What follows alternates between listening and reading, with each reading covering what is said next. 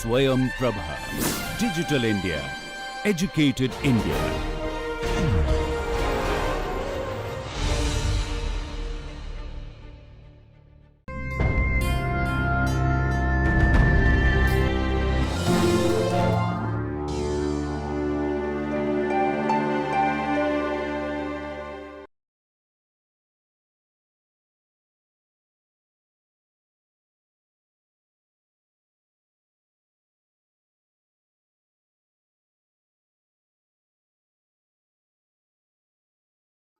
See, you will have to appreciate everything is in 3 dimensions in the real world.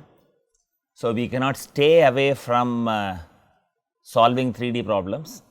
So, we get certain glimpses of aspects related to 3D kinematics.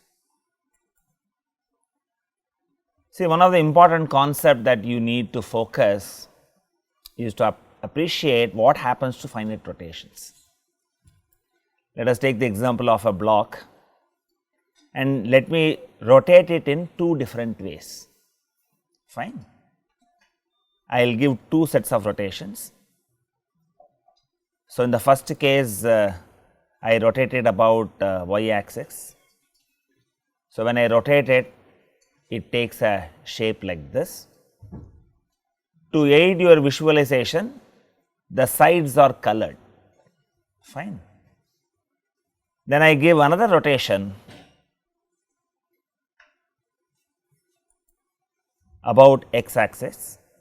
So, I first do the rotation about y axis, then I do the rotation about x axis. So, whatever is the original object here, finally it takes a shape like this. These are like finite rotations. Okay. The next step what I am going to do is, let me reverse these rotations and see what happens. I have the same object here. Now, I rotate it first in x,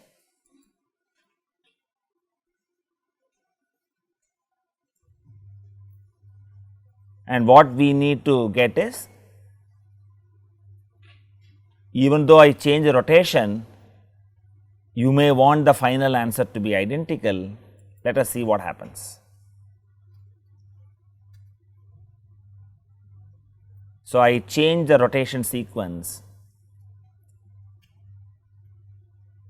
I find that this makes an influence, which you can easily verify. You can take your book and then rotate it this way, because it is rectangle. So, it is easy for you to see the sides. And what you find here is, when I have finite rotations, they cannot be labeled as vectors. They do not qualify to become labeled as vectors. So, the final positions are different and commutative law is not satisfied. So, they are not vectors.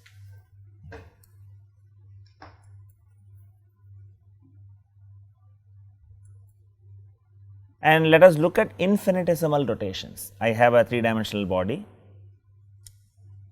and I have an axis AA, and I try to give an infinitesimal rotation. See, for the purpose of illustration, even these infinitesimal rotations are shown sufficiently big for visualization. So, take it with a pinch of salt in visualizing this and make a neat sketch of this, and this sketch will be repeated several times, so that you will have opportunity to fill in the gaps. And what you need to look at is, I can look at the triangle BPO.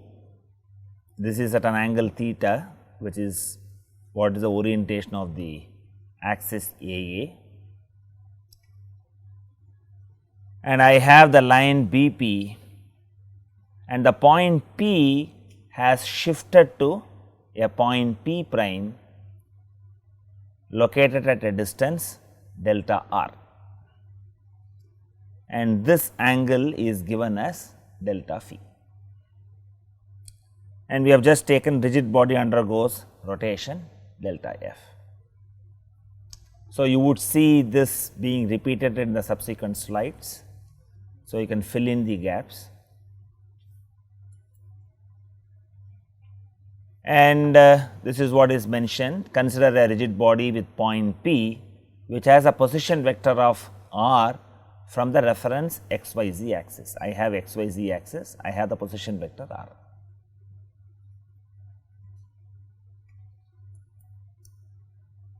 Let the body undergoes an infinitesimal rotation by an angle of delta phi about axis AA, and you have the triangle BPO,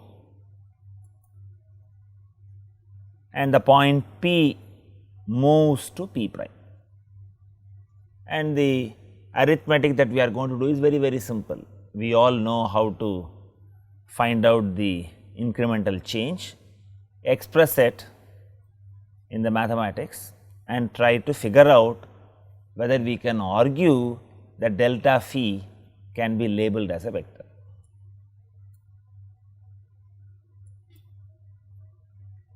So, I am going to look at the other triangle BPP prime. So, this is separated by angle delta phi and this is delta r.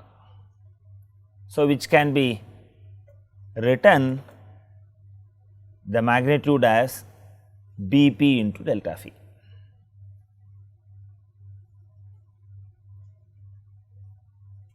So, r delta phi would be the distance of this, and the distance is BP, and I can get BP from the other triangle.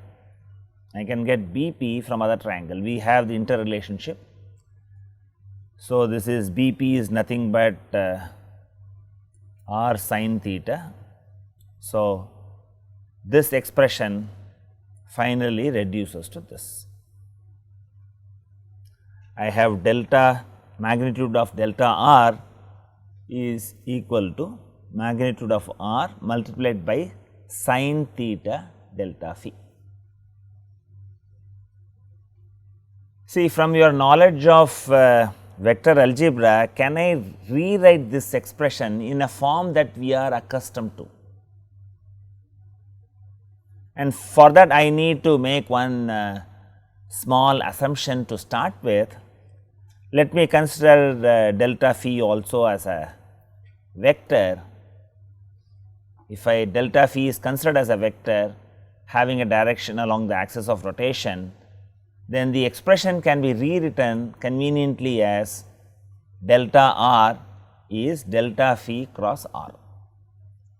So, now what we will have to do is we will have to disprove delta phi cannot be assumed as a vector. If I am not able to disprove, then finally I will say that this is a vector. That is the way we are going to develop the line of argument.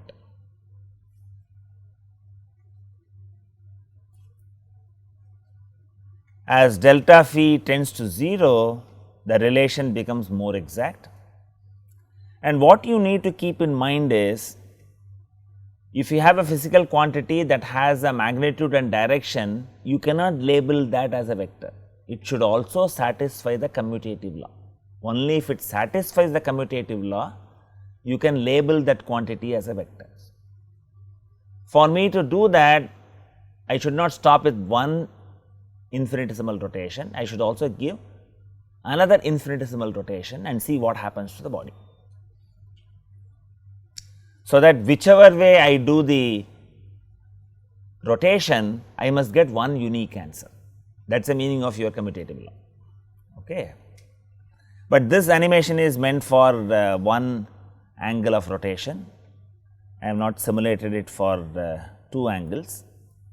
So, here I am going to give two arbitrary small but finite rotations represented by vectors delta phi 1 and delta phi 2.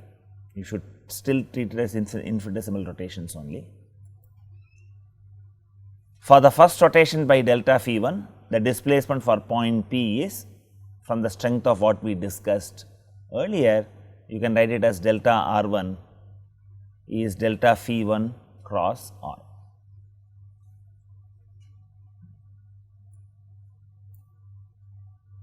Suppose I give a second successive rotation delta phi 2, I can write delta r 2 as delta phi 2 cross r plus delta r1, and we already know how to write delta r1. Delta r1 is related like this. So, delta r2 is now related to delta phi 2 cross r plus delta phi 1 cross r. Now, I do the cross product and then knock off terms that are very, very small, then I get an expression. What is that I have to do? So, I have to now look at what is the summation of delta r1 plus delta r2. We know delta r1 independently, well delta r2 we have written down in terms of delta r1. So, the expression turns out to be like this, and this is fairly simple to simplify.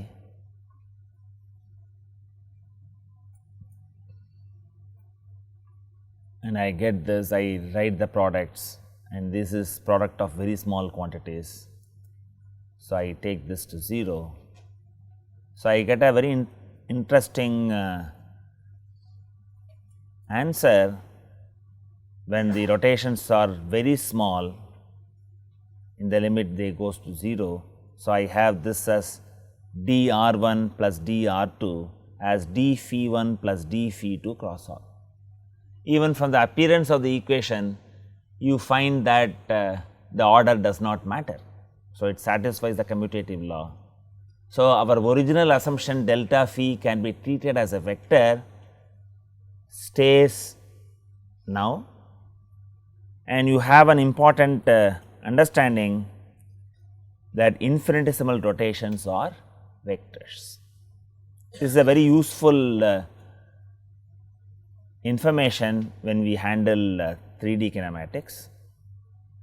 So, delta d phi can be accepted as a vector.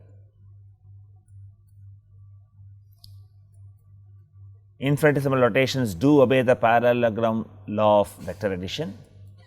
So, I can simply write if I have omega 1 as phi 1 dot and omega 2 as phi 2 dot,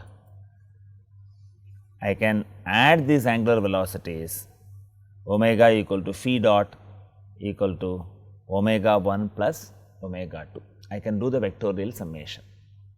See, in the earlier chapter, we always had the rotation perpendicular to the plane of motion. We had alpha and omega, both are parallel. In this chapter, we will relax all of those requirements. It can be in space. Omega can change direction as well as magnitude.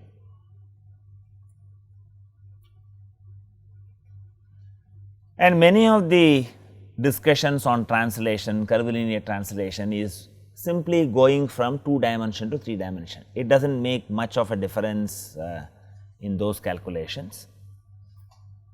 So, we have increasing attention upon problems which call for the analysis of motion in 3 dimensions. You cannot stay away from it, and I have a frame of reference, and I have some 3 dimensional object. And I can also have a point B, point A located like this. I can have the position vectors. And once you come to 3 dimensions, earlier I have always been saying try to visualize. Here you have to bank on your vectorial analysis. So, whatever the visualization training that you had for 2 dimensions can assist you in some way, okay. But you have to bank on the power of vector analysis, because you are going to handle things in 3 dimensions. So, I have RA equal to RB plus RAB, it is all very simple and straightforward. Now, each of these will have 3 components instead of 2 components, that is only difference. And I have a simple translation. I have VA and VB, and when I have translation, parallel straight lines if motion is rectilinear. So, I can have the situation that VA equal to VB and acceleration A equal to acceleration B. So, then the motion is rectilinear translation. We have looked at rectilinear translation, we have also looked at curvilinear translation in planar objects. So, you can also have a curvilinear translation for a 3-dimensional object. So, I will have curved translation, congruent curves if the motion is one of curvilinear translation, and to an extent I have drawn these lines. It is all freehand sketch. So, electronically I was not able to put it so perfectly. So, visualize that it is congruent curves. Okay. The body as such does not rotate about itself, it has a curvilinear translation.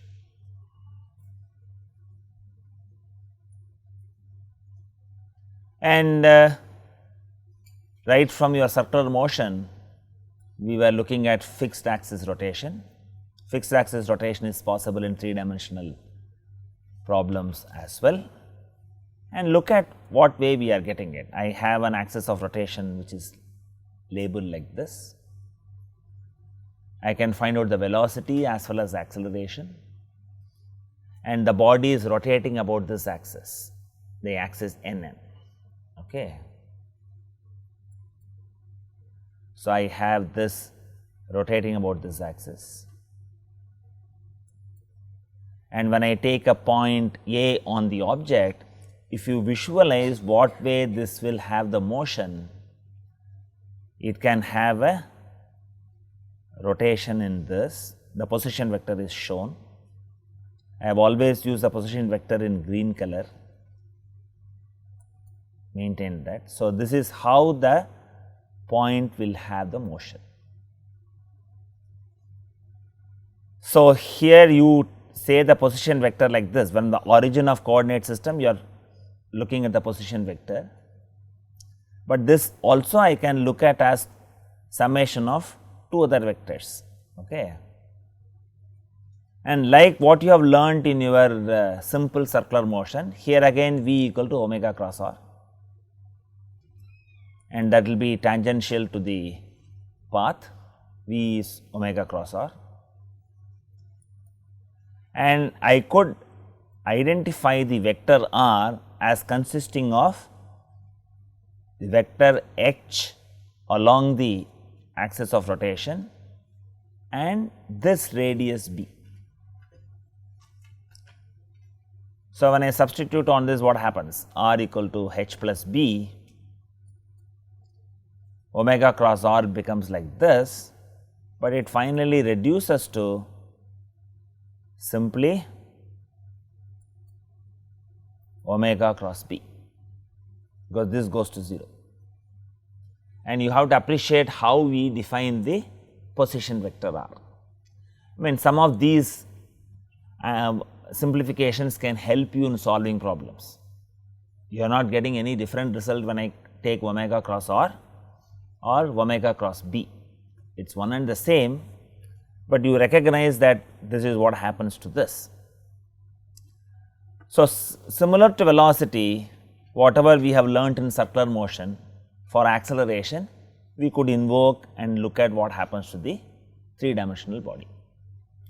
So, we move on to acceleration, and I have this as omega dot, that is put as alpha, and I have the point A,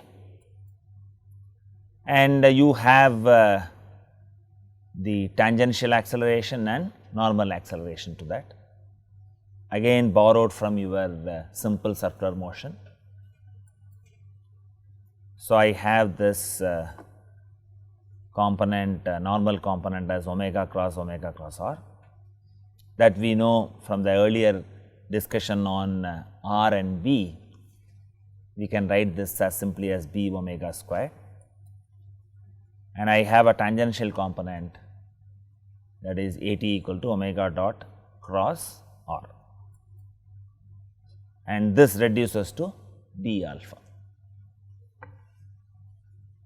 So, whatever you have learnt on circular motion, in various forms it shows up in the complete discussion of dynamics. So, you should be able to use them depending on the context comfortably. That is very, very important. You are not learning any new equations, only you understand how to use these appropriately in your problem solving.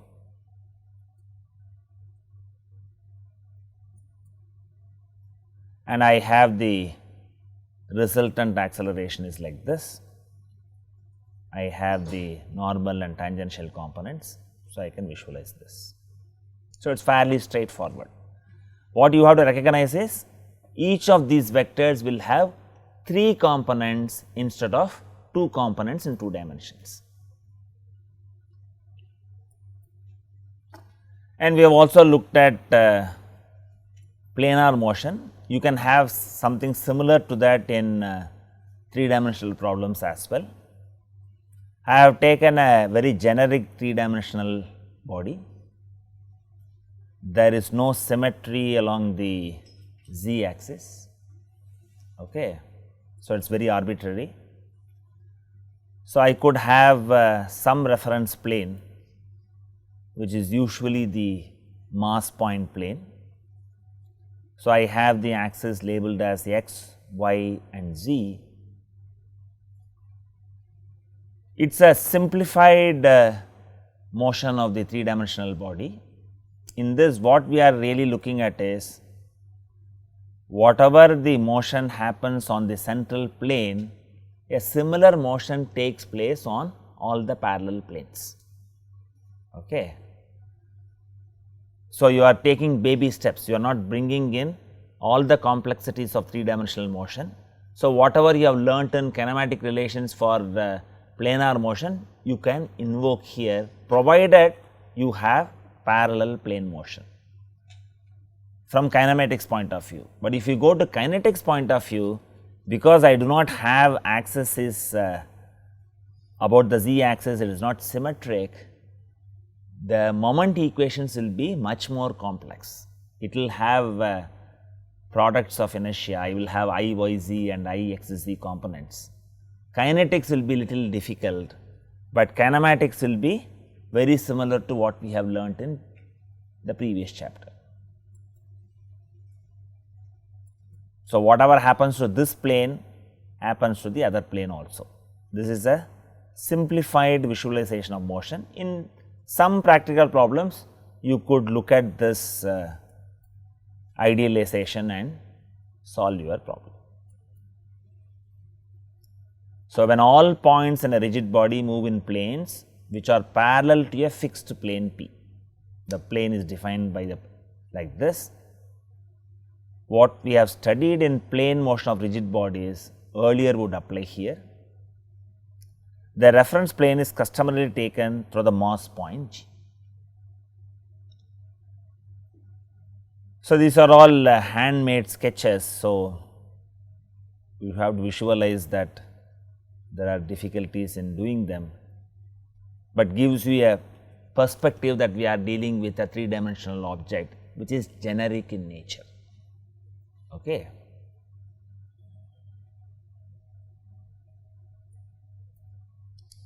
And I have this as a mass point G, it is what is located.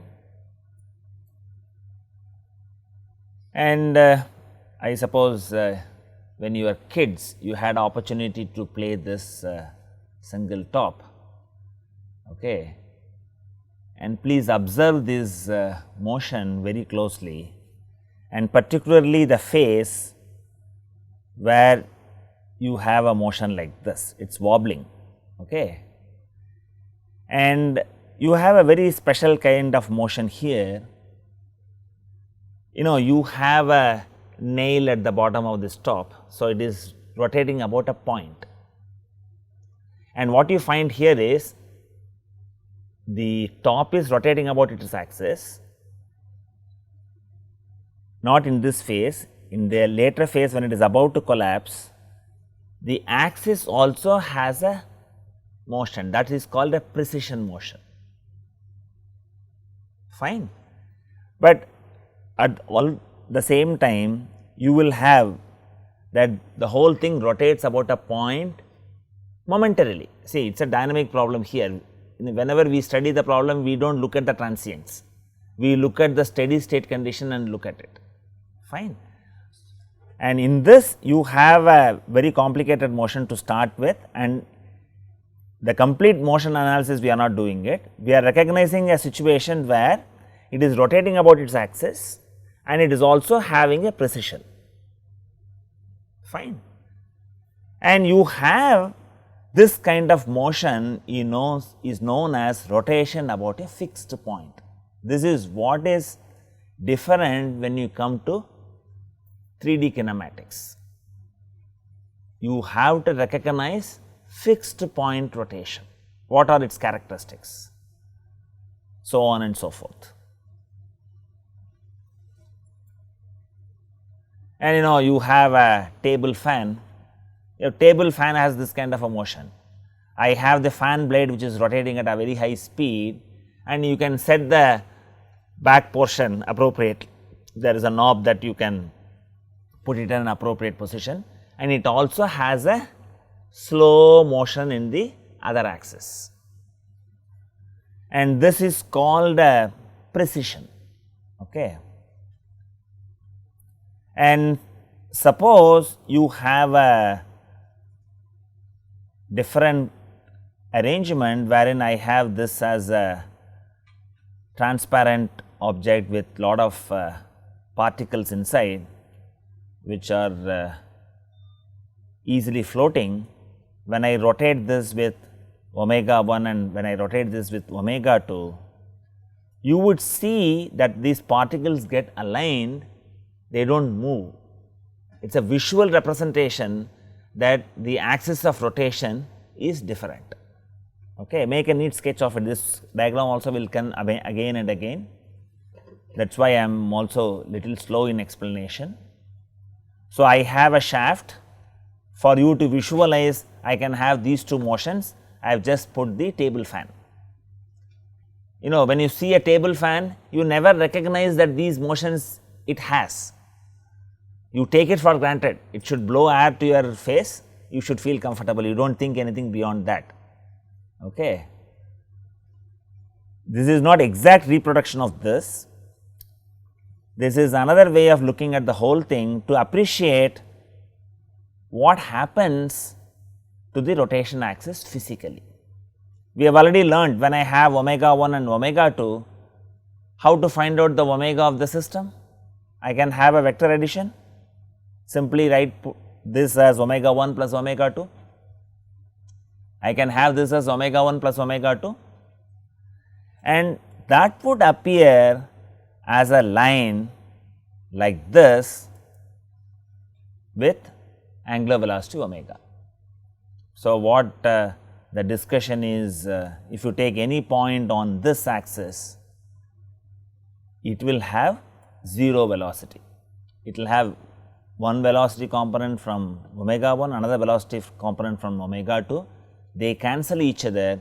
So, along this axis momentarily the velocity is 0. So, this acts like instantaneous axis of rotation, and this rotates about the fixed point O. Okay.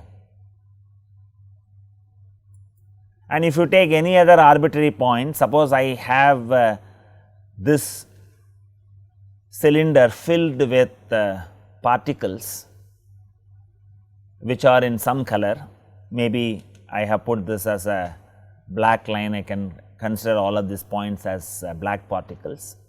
And if suppose this cylinder is transparent, when I take a snapshot of a dynamic event, I would find the particles will be focused along this line, indicating momentarily they are not moving. For any other general point, because the point is moving, you will not be able to focus it properly. So, you will have smear of that. So, this is an indication indeed you can observe an axis of instantaneous axis of rotation like this. When I have motions like this, I have omega 2 on this and omega 1 on this.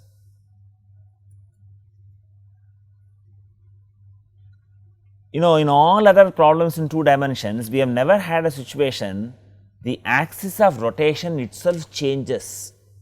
In 3 dimension, the angular velocity vector no longer remains fixed in direction, and this change calls for a more general concept of rotation.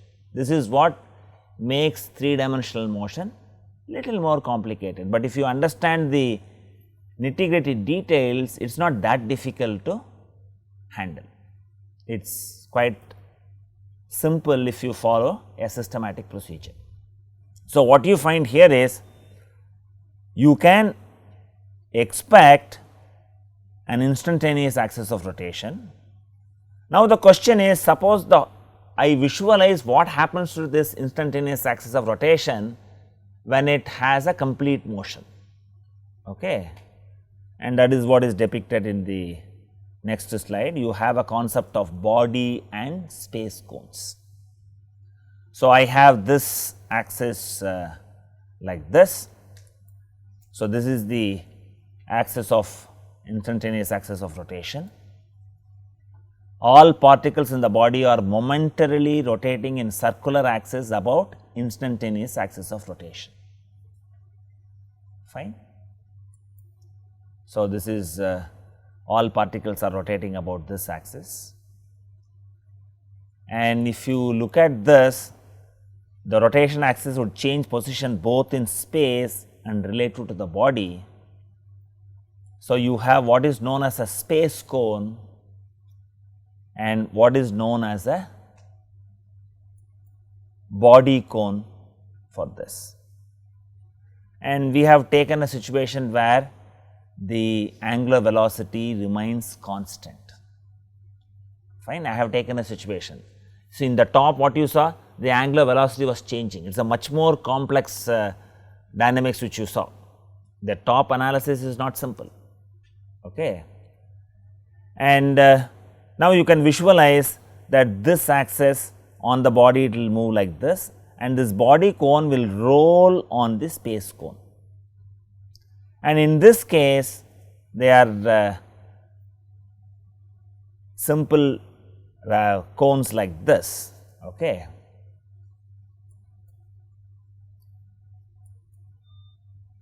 Rotation axis in general, not a line fixed in the body.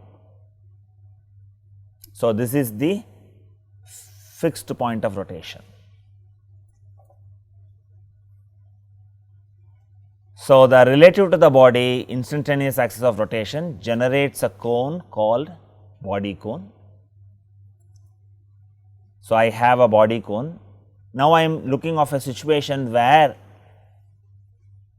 the angular velocity does not remain constant. We had a situation angular velocity remained constant. Suppose I allow angular velocity to change its magnitude as well as direction, fine. I would in general have an arbitrary cone like this, and I would have instantaneous axis of rotation generates a space cone. That would be another arbitrary cone like this. The only requirement is that this will roll over on that, okay. So, if I look at this as defining the angular velocity, you could see that the magnitude and directions are changing, okay.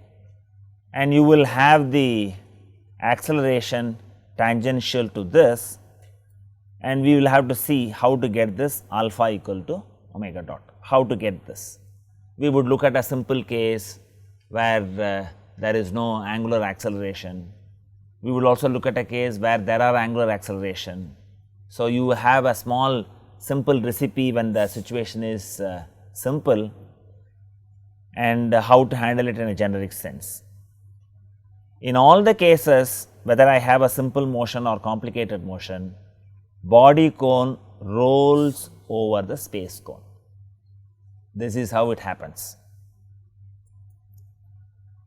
And I have a very simple situation here where the angular velocity remains constant. Then I have the cones that we saw earlier. Okay. The body cone and space cones are simple. They are space cones are right circular. This happens because of simplicity in the motion. In a generic sense, it can have a complicated situation like this. Okay. So, it is also very interesting to note, in schools you learn, you have the earth which is tilted and it is rotating, and this tilt only causes seasonal change. You do not give a damn to it. It is all school portion, you have to afford to forget it. Okay. And you also have a plane about which this moves around the sun, and what you have to look at is you have equinoxes March 21st and September 23. They do not remain same. Okay. What you will have to look at is, like we have looked at a precession on the top, the earth also has a precession. See, these are all animations artificially made. So, certain aspects are brought out clearly, certain aspects are not brought out. You have to understand that it is not that as if the earth rotation is fully captured, and you can go to this site and then get more details on the comments. Okay. Nevertheless, this is a very interesting information. It provides you certain basic explanation of the complicated motion. Here what is shown is this axis has a precession.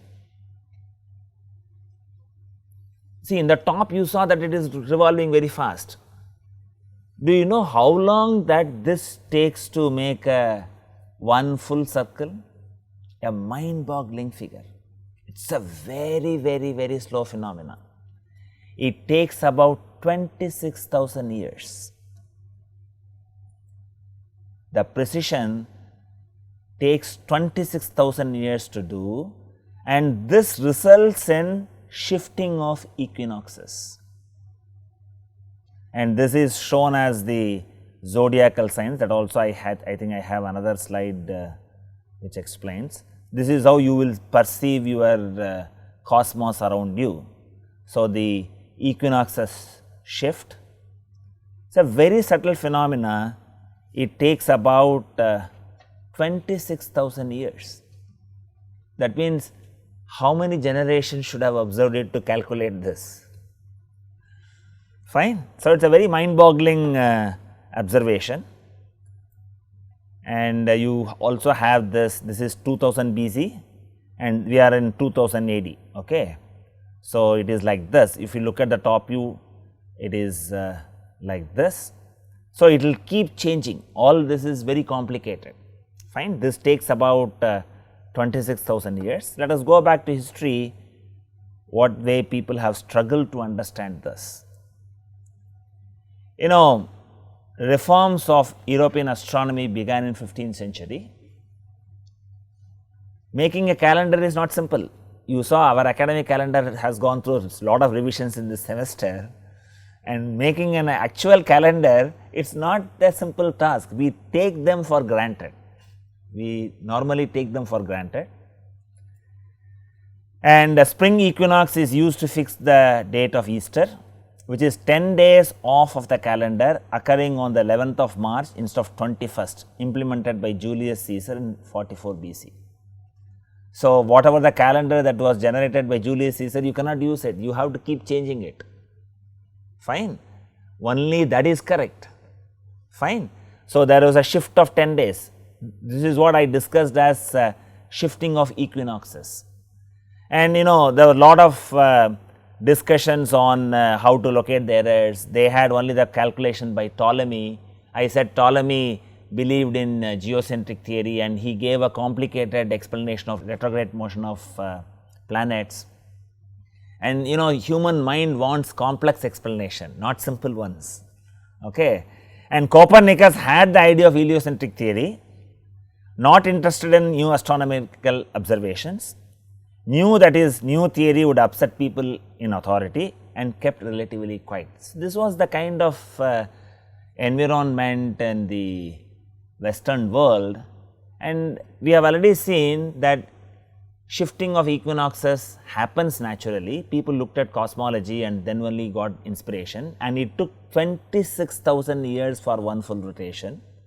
And if you go back to our history, you will be surprised, much before Newton came in 1700 and then explained many of these concepts, you had a record of shifting of equinoxes by Varaha Mihira way back in 500 AD.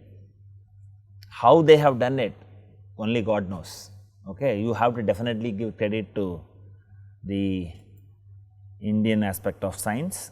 We do not know the methodology that they have followed, but they have definitely made very significant contributions in understanding.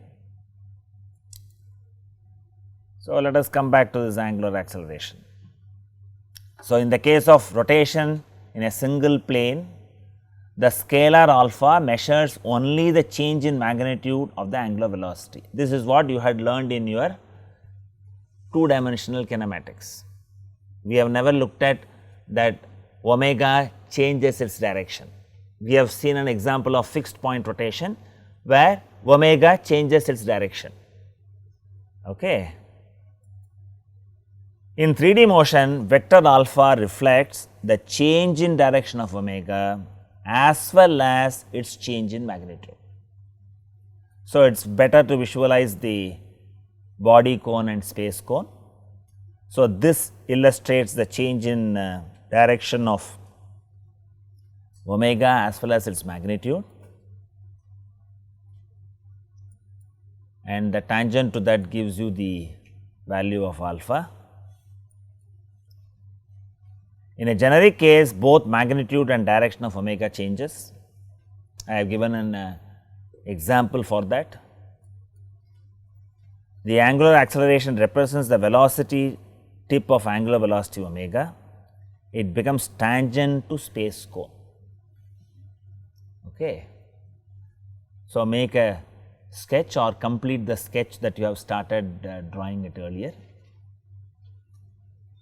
And we know the angular velocity. Once you know the angular velocity, you can find out the angular acceleration by differentiation. Fine, we will just see that. And I have a generalization. When I say generalization, I would also bring in angular acceleration to this as well as angular acceleration to this, then it becomes a generic case. And angular velocity, you know, omega equal to, I have put this as x and z. So, on this axis I have omega 2. So, I put this as omega 2i plus omega 1 k.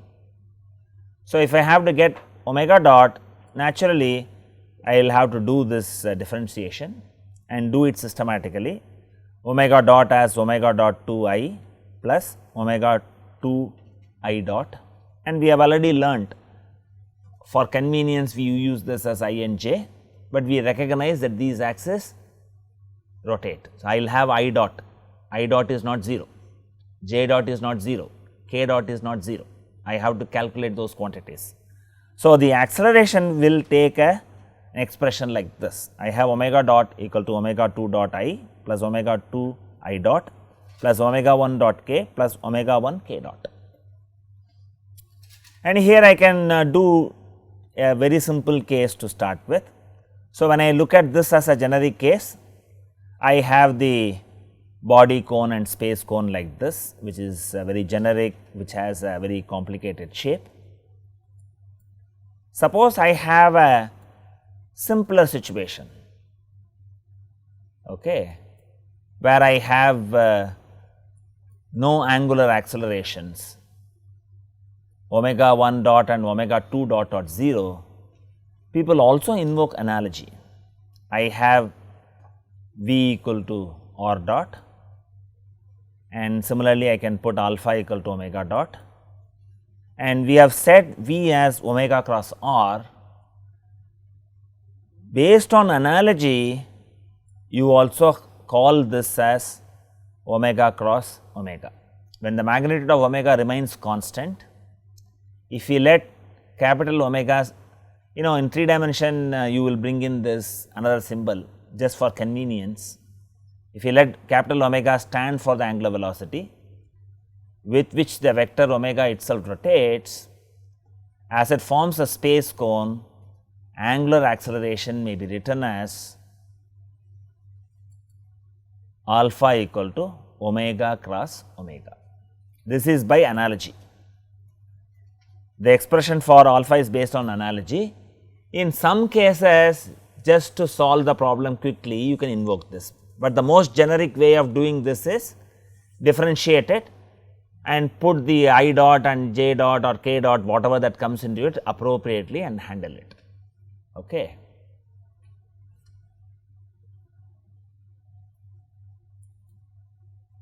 So, in a very simple case, I have this as omega equal to omega 2 I plus omega 1 k, and then I have this as omega dot written down like this, and in this case I will have a simple right circular cones as defining this, and you will have omega 2 dot and omega 1 dot or 0, because that is how we have listed the case. So, which is what is continued here. Okay. I have this, we have learned by analogy, I can write it as omega cross omega. So, when I do this, I have omega 1 k cross omega 2 I plus omega 1 k. So, this reduces to omega 1 omega 2 j, and if I have a generic expression, we know that omega 2 dot and omega 1 dot are 0, and we have to look at what is I dot, and we have already learned I dot as can be written as omega 1 k cross I. You go back to your rotating frame of reference, we have expressed it in this fashion also. So, when I invoke this, k dot is 0, because this does not rotate in space, only this rotates. By this route also you get omega 1 omega 2 j. So, you can choose the generic expression. My recommendation is use the generic expression, because you are not making any compromise on your basic understanding. But books also discuss, if the case is simple, rather than going through a circuitous process, simply put alpha based on analogy. So, in this lecture we have looked at infinitesimal rotations can be treated as vectors. Then we have looked at fixed point rotation, a very special case in the case of 3-dimensional analysis. We saw the simple top, we saw that it was precessing. We also looked at how the earth precision has been a point of discussion in astronomy and what was the Indian contribution to that. And we have also learned how to find out the acceleration in a generic sense for fixed point rotation. Thank you.